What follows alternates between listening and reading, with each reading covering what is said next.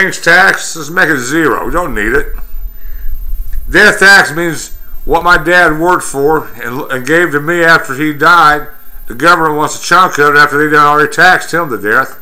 That's craziness. Leave it alone. Capital gain. What's capital gains tax? If I take my money and buy stock, and that stock does good, and I make money on that stock, that money is taxed by capital gain. Wait a minute. I took my money that I already paid taxes on, and then if I do good with it, you're going to tax me again? Same way if you put your money in a savings. You put your money in a savings. You buy your T-bill or CD or whatever. You get interest on that. They look at that as a capital gain. They tax you on it. Wait a minute. Why are you penalizing people for doing good? Do away with that. Yeah, there's a bunch more in there and everything, but just do away with it. Big rich people, they're going to figure out ways to get around it anyway. It's the people in the middle class that's having the problems. Okay.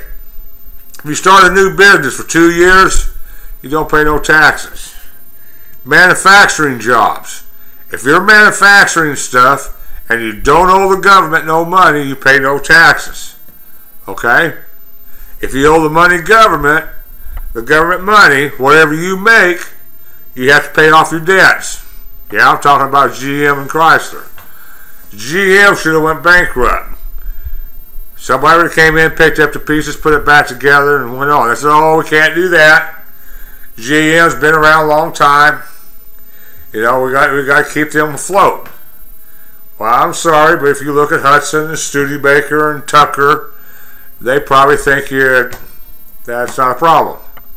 You know, look at Indian Motorcycle. They made a good product, great product. Why did we ride Harleys instead of Indians? Harley Davidson got the contract back in World War II. That's what kept them afloat. It's just history.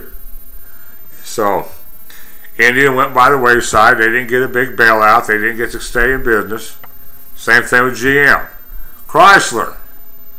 I don't know if a lot of people know anything about Chrysler, how it's set up, or who owns their stuff. The people that owns Chrysler, we'll say this is the people that owns Chrysler, they have this much money. Chrysler was about that much of it.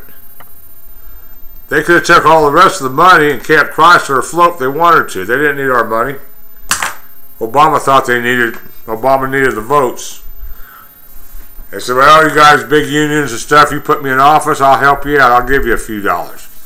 Well, he's already handed them out about $1.5 trillion to other people here or there, big banks, Fannie, Freddie, AIG, you know. So that's how that works. Stock. They want to get Wall Street. How about if you just do a real simple tax on Wall Street? If I buy 100 shares of something for $100, $1 a share, then the old boy selling it, he should pay 1.5% on that. If he sells me $100 worth of shares, he'll pay the $1.50 to the government. Alright? Why not? Another thing to keep inflation from running up and down, and gas prices running up and down, and corn and wheat and stuff, is your commodities.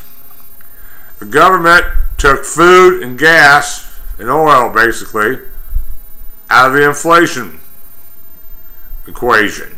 They don't count that no more. Well, the reason they done that, now your inflation ain't running a while. They said we've got about 3% inflation. Okay? A lot of you guys might not know this, and I bet all your wives do. What's the difference you're paying for a gallon of milk and a loaf of bread today than you did 3 years ago? Is it 3% higher? I know everybody knows the question on this one. If it's running about 3%, how much are we paying for gas today as we did when Obama got into office? When Obama got into office, gas was around $1.84, $1.86. So you're telling me that's, 3% a year inflation, that's 9%, so you're telling me we're paying 18 cents more a gallon for gas than we did 3 years ago? That's how they're cooking the books on us, people. Wake up. Alright, that's just my little thing I want to get out there. Basically, I want to get people thinking. What's the government doing to us? Why is it doing it to us, and where are we going to go with it? We need to wake up. We need to start talking about this stuff. I was going to break in here real quick.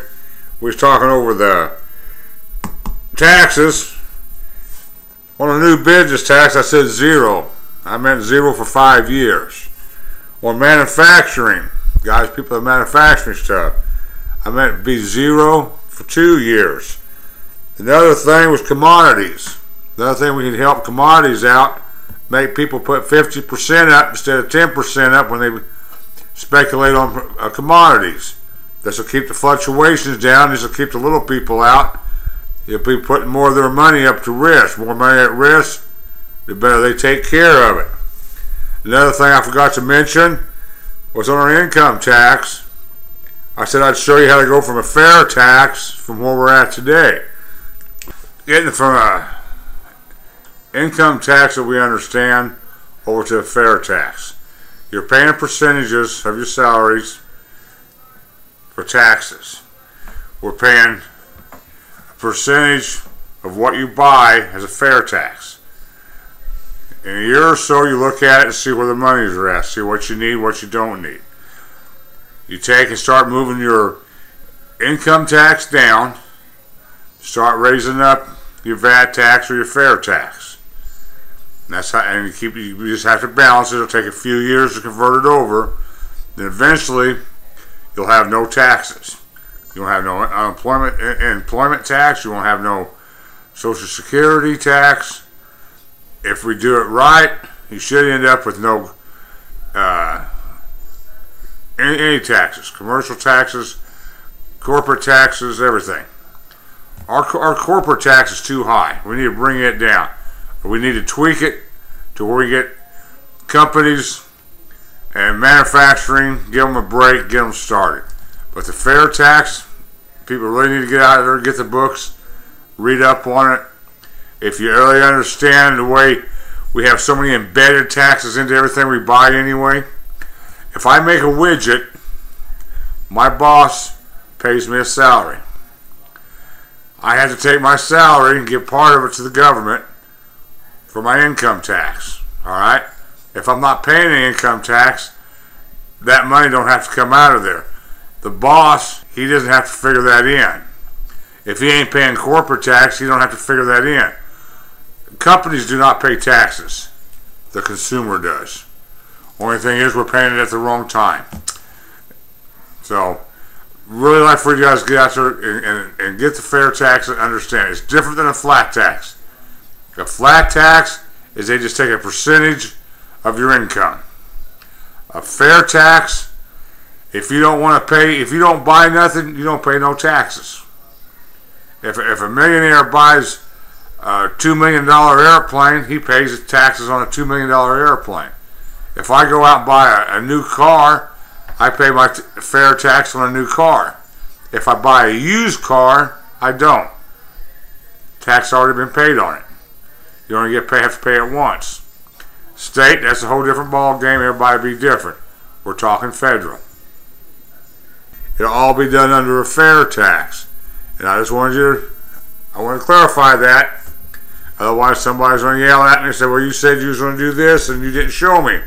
Well, I hope that's halfway clear. If not, get a hold of me. I'll try to go over it. Or there's a book out there, a bunch of people on the fair tax. I think it's a great deal. Thank you for your time. We can keep going like we are. We can become Greece or Spain or England, or if that's what you guys want. Myself, I don't want to go down that road. So, I just want to put it out there. Maybe some of you people think about it. Hope so. Maybe some of you react. Some get back with me, see what your thoughts are.